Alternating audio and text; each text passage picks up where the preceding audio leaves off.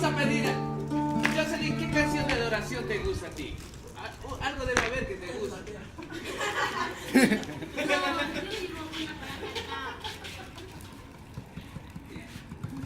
Una canción de adoración.